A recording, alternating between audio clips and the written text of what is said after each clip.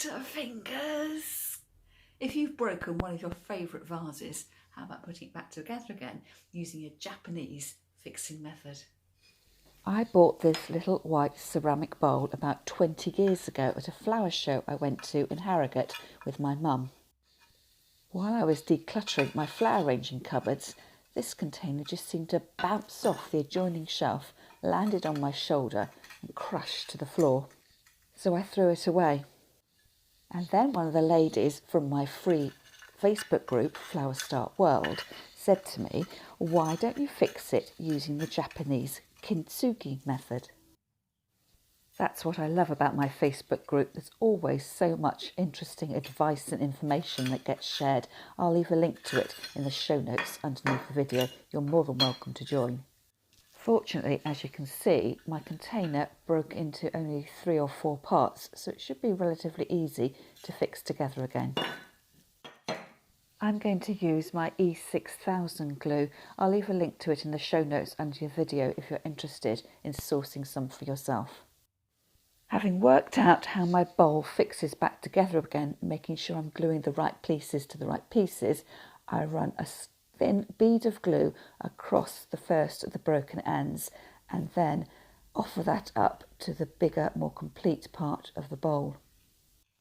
As you do this, you'll find that some of the glue squeezes up between the joints, so you need to take a piece of paper, a kitchen towel, or as I'm doing here, some of my protective sheet on my worktop, just to wipe away the excess so you don't end up with a hard ridge running across the top of your container. My advice is don't work too quickly. Just take your time to make sure that you know which pieces join which pieces before you actually glue them in place. So you can see me here just taking the next piece and just making sure I understand how it fits into the rest of the bowl before I start gluing. So as well as working slowly, also work confidently as well. So as you can see here, it doesn't take too long to hold everything in place. So here I am wiping away the last of the excess glue, and then to hold the bowl in place while it dries, I'm going to take 2 big elastic bands just to hold it in place so that nothing falls apart. These are the type of elastic bands you find in the street when you've had your post delivered. Now that's all secure, I can flip my bowl over and glue in the last missing piece. And it's at this point I discovered this isn't the last missing piece. There's a tiny bit of the bowl which I must have forgotten to retrieve out of the kitchen bin. Once I've got this bit fixed in place, I'll show you what I mean and how I worked around the problem. Getting in this almost last piece was always going to be a bit of a problem, and I found here having the elastic bands holding everything together really helped. So it's a matter of making sure everything looks really smooth on this outside edge and then just double checking from the other side that everything is fixed in place and none of the joints have moved. As I turn the bowl over, you can see where that missing piece is. So what I end up doing is putting a piece of masking tape on the inside edge and then filling up that hole with some hot glue, and then to make it waterproof and a permanent fix, going over the top of that with my E6000 and then just wiping off the excess so it left me with a smooth outer edge. You'll find that as you wipe the glue off between the cracks of your piece, you do get left with a little bit of a residue. So I'm going to take some surgical spirit and put it onto a kitchen towel and just rub off the excess there. So you'll end up with a really, really smooth finish to your container where you can barely see where the joins are. And then the fun part starts. This is the true Kintsugi part of the fixing process here. I'm using some bright gold paint from Folk Art. And again, if you're interested in knowing where I got hold of this, I'll leave a link to it in the description in the show notes underneath the video.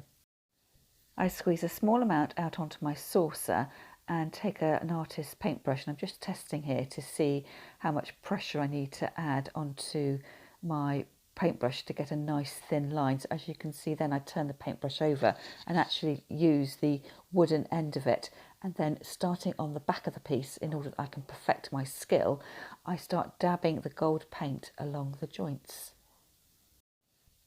I've speeded up this bit of film so you don't literally have to sit and watch paint dry, but I quite enjoy watching it back and seeing how the gold trails slowly develop over the top of the container. Some of my paintwork was really neat and some was a tiny bit blotchy, but I think that added to the overall look. So here I am working painstakingly to cover up the last of the cracks, and what I'll do then is clean up my paintbrushes and leave the container to thoroughly dry.